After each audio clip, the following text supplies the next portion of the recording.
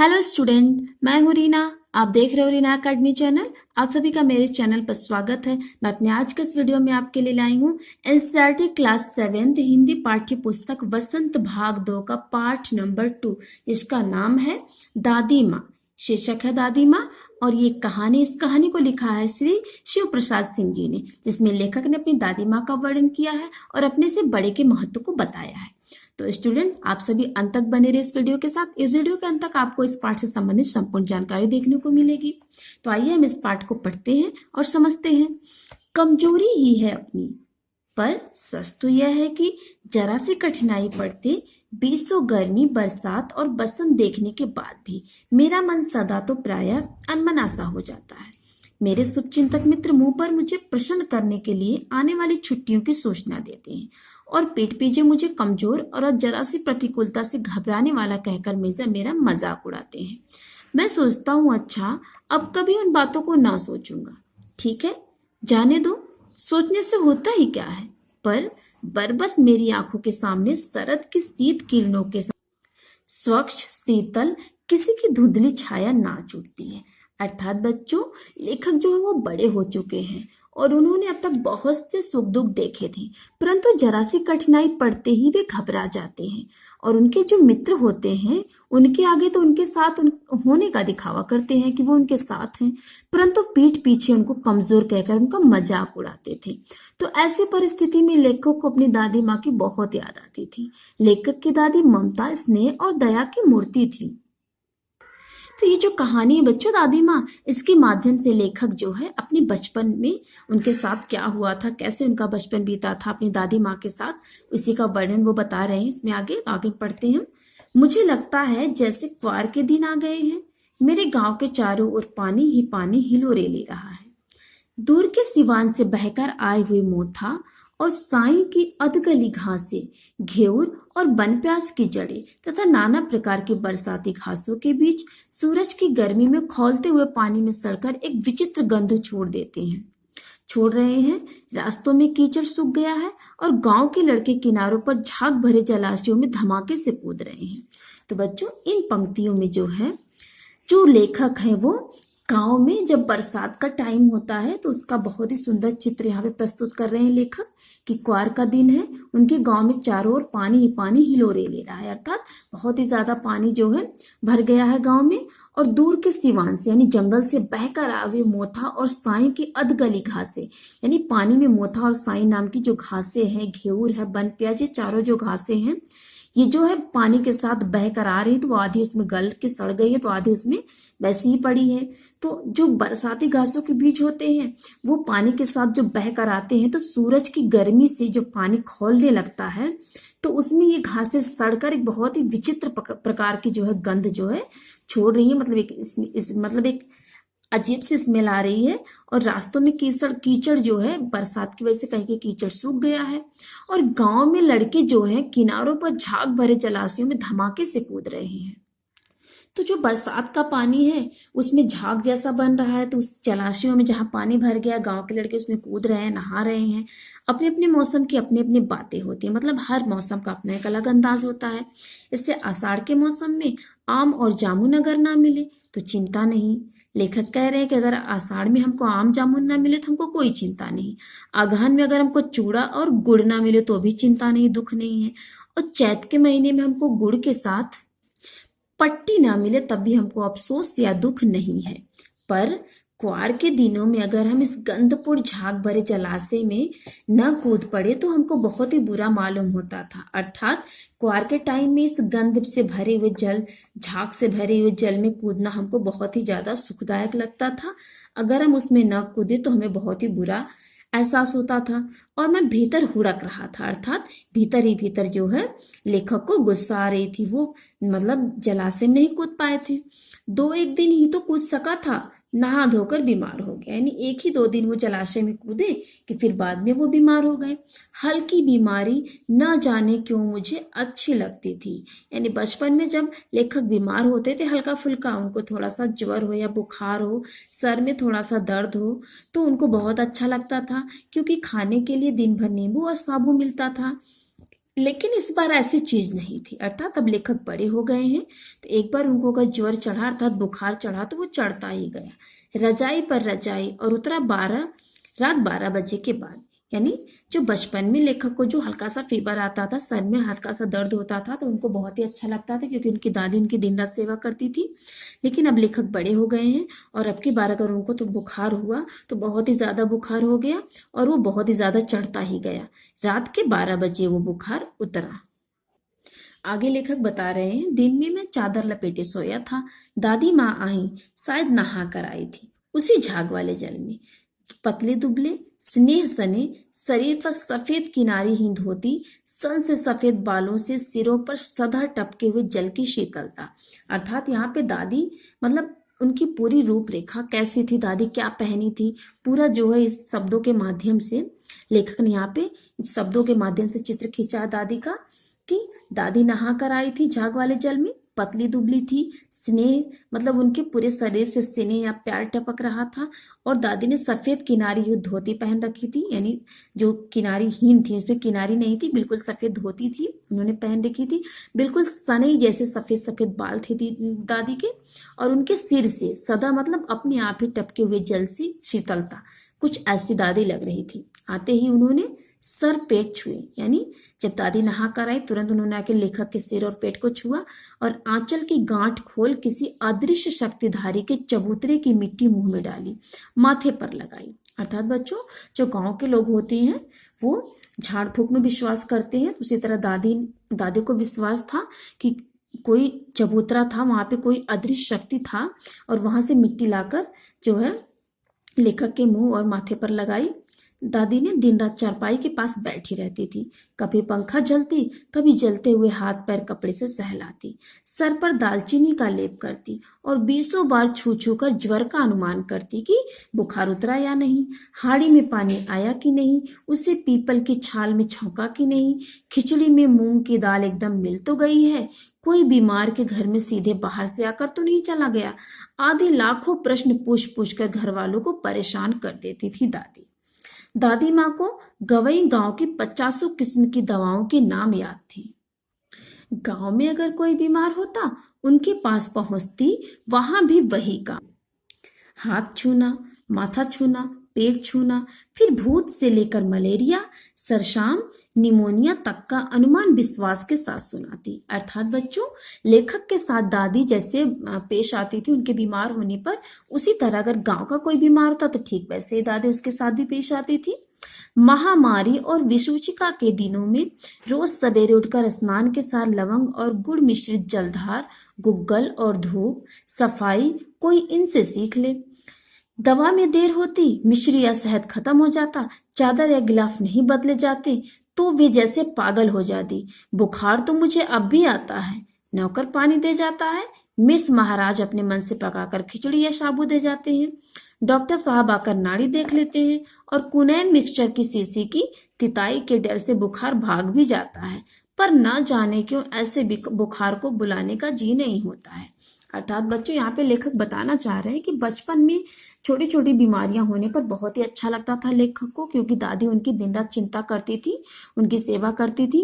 लेकिन अब लेखक बड़े हो गए हैं, अब अगर उनकी तबीयत खराब होती है तो वैसा कुछ नहीं होता, क्योंकि उनकी दादी अब है नहीं उनके साथ, और उनका नौकर जो है उनको पानी दे जाता है, और उनका जो खाना पकाने वाला मेस है वो अपने मन से जो है पकाकर खिचड़ी या साबू दे जाता है, और डॉक्टर जब आकर नाड़ी देखते हैं तो जो कुनैन से मिक्स हुई दवाई उनको देते हैं, उसको उसके डर से ही, यानी वो जो दवाई की जो स्वाद है उसके डर से ही जो लेखक का बुखार भाग जाता है, फिर उनका जी होता है कि मैं कभी बीमार ना हूं। आगे लेखक बता रहे हैं, किशन भैया की शादी ठीक हुई, दादी माँ के उत्साह और आनंद का क्या कहना है। यानी दादी बहुत खुश हुई, दिन भर गायब रहती, सारा घर जैसे उन्होंने सर पर उठा लिया हो, पड़ोसिनी आती, बहुत बुलाने पर दादी माँ आती, बहन बुरा ना मानना, कार परोजन का घर ठहरा। यानी जो पड़ोसी नगर आती थी तो दादी माँ को नहीं पाती थी, बहुत ज्यादा बुलाने पर दादी आती तो कहती कि बहन तुम बुरा मत मानो, मेरे घर में कार परोजन अर्थात कार्य का घर है, अर्थात शादी विवाह का घर है, एक काम अपने हाथ से ना करूं तो होने वाला नहीं। जानने को यो सभी जानते थे कि दादी माँ कुछ नहीं करती हैं, पर किसी काम में उनकी अनुपस्थिति वस्तुतः विलंब का कारण बन जाती है। यानी अगर कोई काम करना हो, वहां दादी अगर नहीं है तो वो काम देर से होता था। उन्हीं दिनों की बात है। एक दिन दोपहर को मैं घर लौटा। बाहरी निकसार में दादी माँ किसी पर बिगड़ रही थी। देखा, पास के कोने में दुबकी रामे की चाची खड़ी है। सुख न होगा धन्नो, रुपए मैं सूद के आज दे दे, तेरी आंख में तो शर्म है नहीं। मांगने के समय कैसी आई थी, पैरों पर नाक रगड़ती फिरी। किसी ने एक पाई भी ना दी, अब लगी है आजकल करने, फसल में दूंगी, फसल में दूंगी। अब क्या तेरी खातिर दूसरी फसल कटेगी। अर्थात बच्चों, जो रामी की चाची थी वो दादी से कुछ रुपए उधार में ली थी, तो जो टाइम से उन्होंने नहीं लौटाया तो और दोबारा आ गई रुपए उधार लेने। इसी बात को लेकर जो लेखक की दादी थी वो बहुत ज्यादा गुस्सा हो रही थी रामी की चाची को। तो रामी की चाची रोती हुई बोली, दूंगी मालकिन। दोनों हाथों से आंचल पकड़े दादी माँ के पैरों की ओर झुकी। बिटिया की शादी है, आप न दया करेंगी तो उस बेचारी का निस्तार कैसे होगा, अर्थात उसकी शादी कैसे होगी। तो दादी माँ पीछे हट गई और बोली, हट हट, अभी नहा के आ रही हूँ।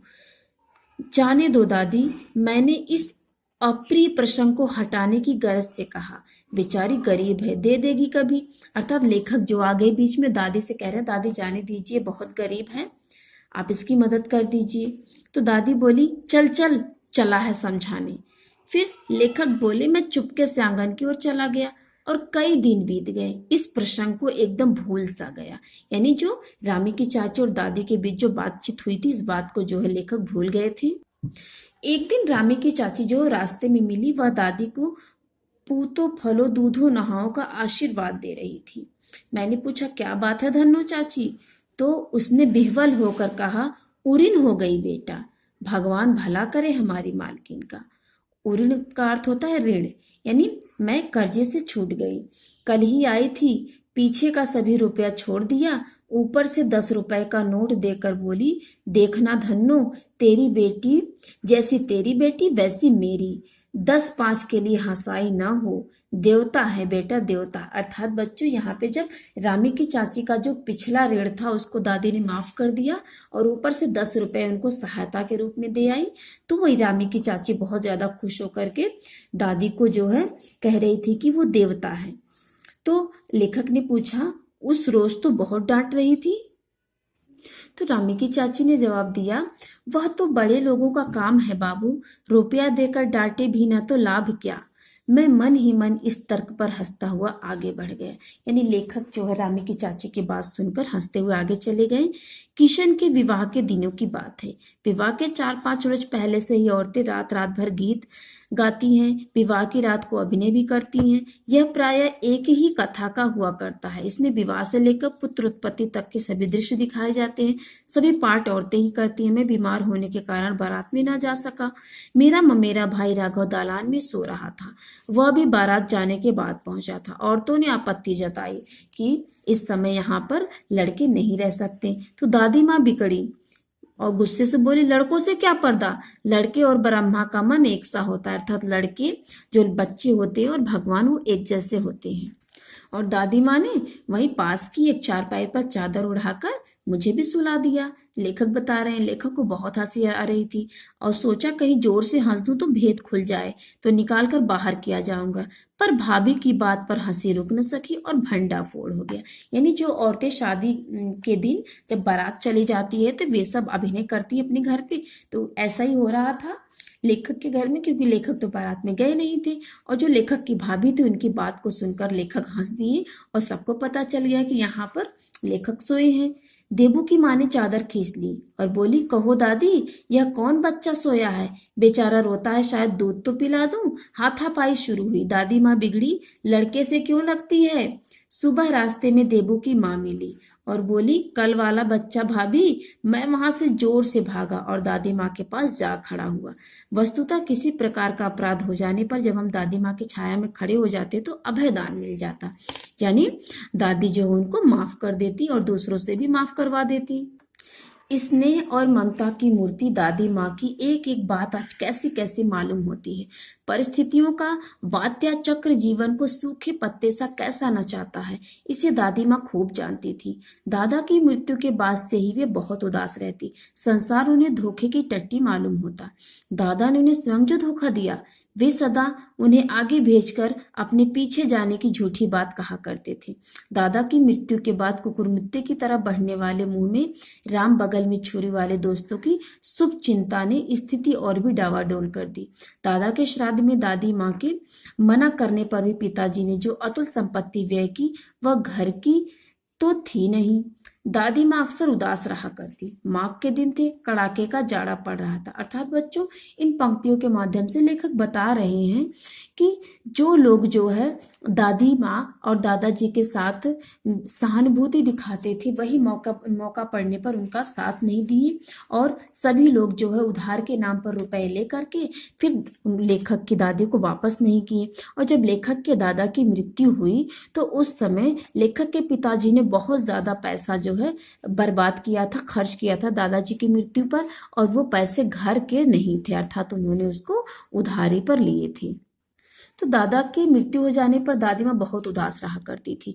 माघ के दिन थे, कड़ाके का जाड़ा पड़ रहा था। पछुआ का सन्नाटा और पाले की शीत हड्डियों में घुसी पड़ती। शाम को मैंने देखा दादी माँ गीली धोती पहने कोने वाले घर में एक संदूक पर दिया जलाए हाथ जोड़कर बैठी थी। उनकी स्नेह कातर आंखों में मैंने आंसू कभी नहीं देखे थे।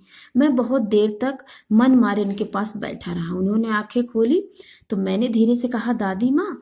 तो उन्होंने कहा, क्या है रे, तू यहाँ क्यों बैठा है?